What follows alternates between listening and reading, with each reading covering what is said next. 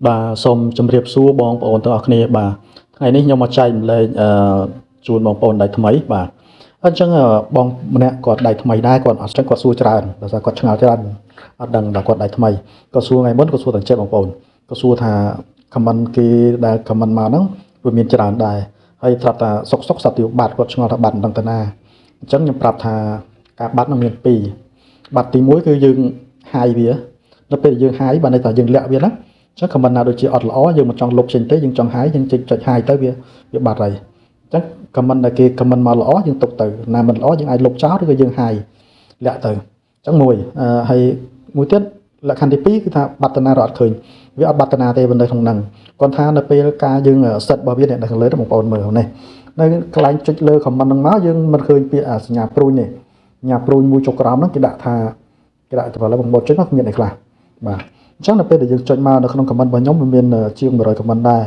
អញ្ចឹងមាន comment ខ្លះវាអត់សូវសមគួរអញ្ចឹងខ្ញុំក៏ចុច hide វាទៅណាបងប្អូនខ្ញុំមិន comment ខ្លះក៏ខ្ញុំ delete ចោលទៅលុបចោលអញ្ចឹងវាមាន4ប្រភេទហើយខ្ញុំយកដោយសារវាច្រើនកុំឲ្យខ្ញុំពិបាកតប comment គេអញ្ចឹងខ្ញុំយកទី2 new way ហ្នឹងបានតែ comment ដែលគេទៅមកថ្មីអញ្ចឹងខ្ញុំអាចឆ្លើយតបទៅគេហើយបើសិនជាយើងយកអាខាងលើគេផុតនេះគឺជា comment ដែលតំណាក់តំណងច្រើនបំផុតអញ្ចឹងការបង្ហាញ comment នេះគឺយើងកំណត់នេះល្អដែរបងប្អូនអញ្ចឹងយើងត្រូវការប្រភេទ comment មួយណាបាទហើយចំណុចទី2គេដាក់ថា new wave បានន័យថាអ្នកដែលទៅតែ comment មកថ្មីបំផុតបាទដែលអ្នកដែលទៅ comment មកចុងក្រោយគេបងប្អូនហើយចំណុចទី3 all comment បាទដល់ពេលដែលយើងយក all comment នេះដោយបងប្រុសគាត់សួរអញ្ចឹងថាយក all comment ហ្នឹងអញ្ចឹងចុច all comment មកអញ្ចឹងគ្រប់ comment ទាំងអស់គឺវានឹងបង្ហាញឲ្យយើងឃើញហើយអត់លក្ខណៈទេបាទហើយបើខ្ញុំមានខាងក្រៅមួយទៀតគេដាក់ hidden by this page អញ្ចឹងដោយសារមាន comment ខ្លះវាអត់ប្រក់ក្តីអញ្ចឹងខ្ញុំចុច hide មកពេលខ្ញុំចុច hide វាមានចេញខាងក្រៅមួយទៀត4បើបងប្អូនអត់ទាន់ចុច hide ទេវាអាចមានតែ3ទេបងប្អូនអញ្ចឹងរបស់ខ្ញុំមាន4អញ្ចឹងបើសិនជាចង់ចុចខាងក្រៅមួយទៀតអញ្ចឹង comment ដែលខ្ញុំ hide ហ្នឹងគឺវាចេញមកទាំងអស់អញ្ចឹង